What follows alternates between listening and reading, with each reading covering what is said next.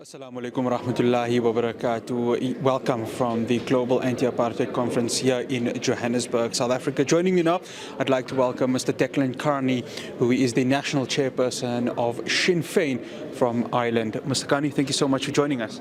Thank you.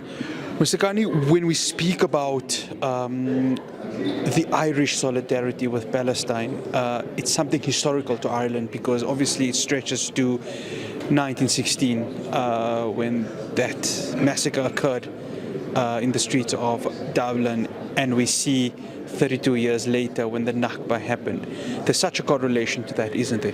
There are huge historic parallels between the suffering of the Palestinian people and the suffering and the injustice which was inflicted upon the Irish people as a result of centuries of English colonisation.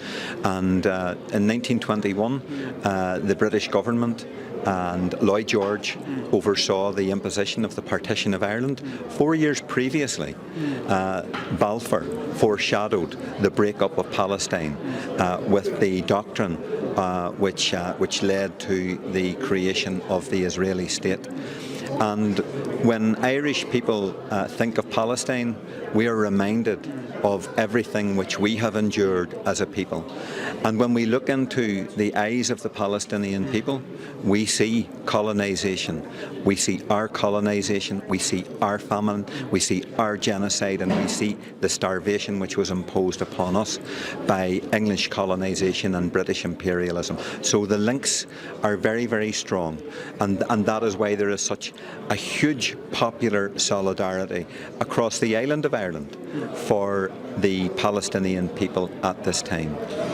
Mr. Kearney, I want to touch on what is currently happening right now. Israel's enjoying impunity. I think there's no two ways about it that when you see the UN resolutions being passed for the immediate ceasefire, it's completely ignored by Benjamin Netanyahu and his cabinet. This can't continue, can it? Because it just seems that when it comes to Israel, it's sort of like a special case that they can enjoy it and the rest of the world cannot.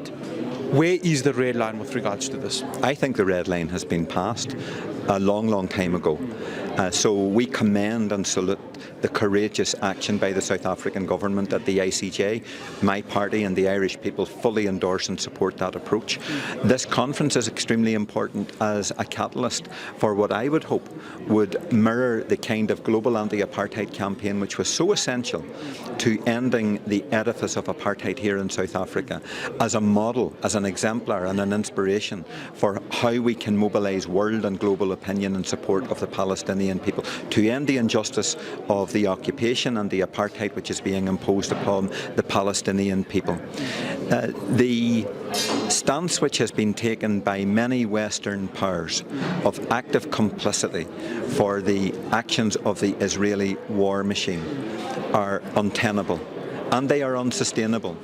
But I think it's interesting to note that over the course of the last 7 months, we have seen shifts in world and Western opinion in relation to what Western governments need to do. And so the West is no longer monolithic in its support for Israel, and we are seeing important positions being taken by the Irish state, the Spanish, the Portuguese, by the Belgians and by the Maltese governments at this time.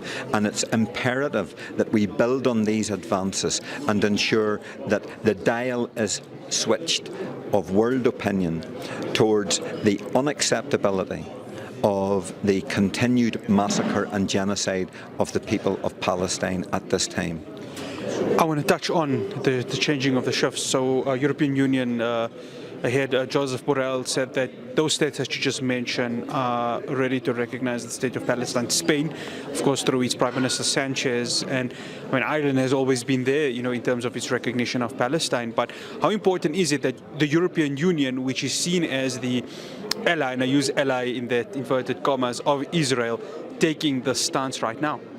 It's important to remember that my party, Sinn Fein, 10 years ago in 2014, brought forward a resolution to the Irish Parliament calling for recognition of the Irish of the state of Palestine at that time.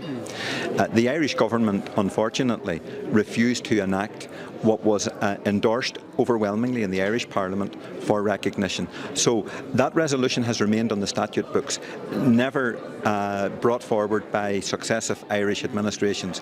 I think now that we have a watershed in Irish political opinion, I believe the Irish government will finally now enact that position, and that they will act in concert with the Spanish, with the Portuguese, with the Belgians and the Maltese.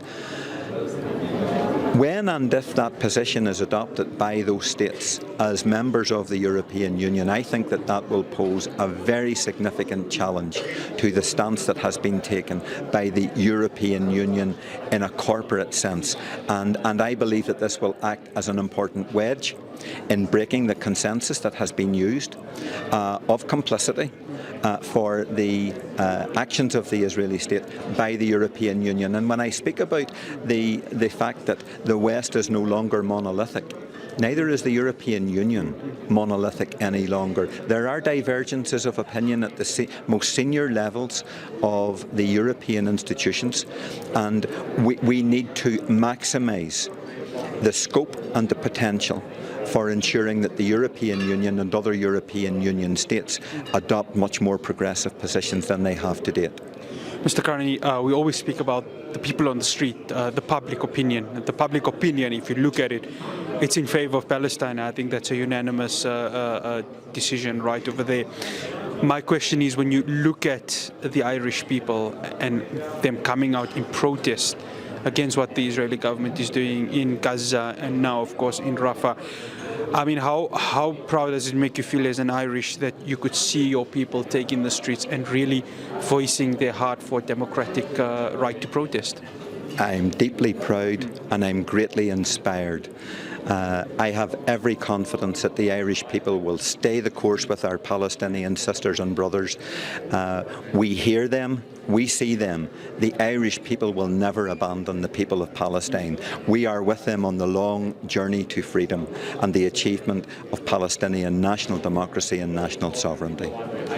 Before we wrap up this conversation, Mr. Kearney, UN General Assembly, of course, you've seen a vote for the recognition of the State of Palestine. Of course, you've got the stumbling block, which is the United States of America, which may, of course, block it in the UN Security Council. But what we've seen from the UN General Assembly, there's action from majority of nations for that recognition, and that recognition is going to be a massive one if by some sort of miracle we see it being passed through the UN Security Council. It will be hugely significant, and it's also important to note that there are now divergences in relation to the position of the US administration within the White House, within the National Security Council, within the State Department.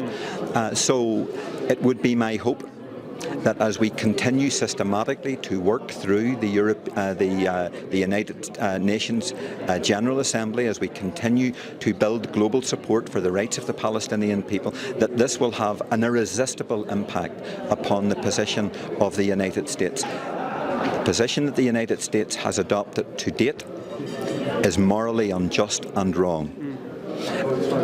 America, the United States, need to get on the right side of history. They need to join the rest of us in the progressive democratic world in supporting the rights of the Palestinian people, to call for an immediate and a permanent ceasefire in Gaza, to call for the withdrawal of all Israeli forces from both Gaza and the West Bank, and to call for the kind of scale of humanitarian aid which is required to be immediately brought into Gaza to assist with the reconstruction. And then we need to see inclusive and representative talks taking place in order to ensure that a gateway is opened to a negotiation process which finally delivers a Palestinian national sovereign state.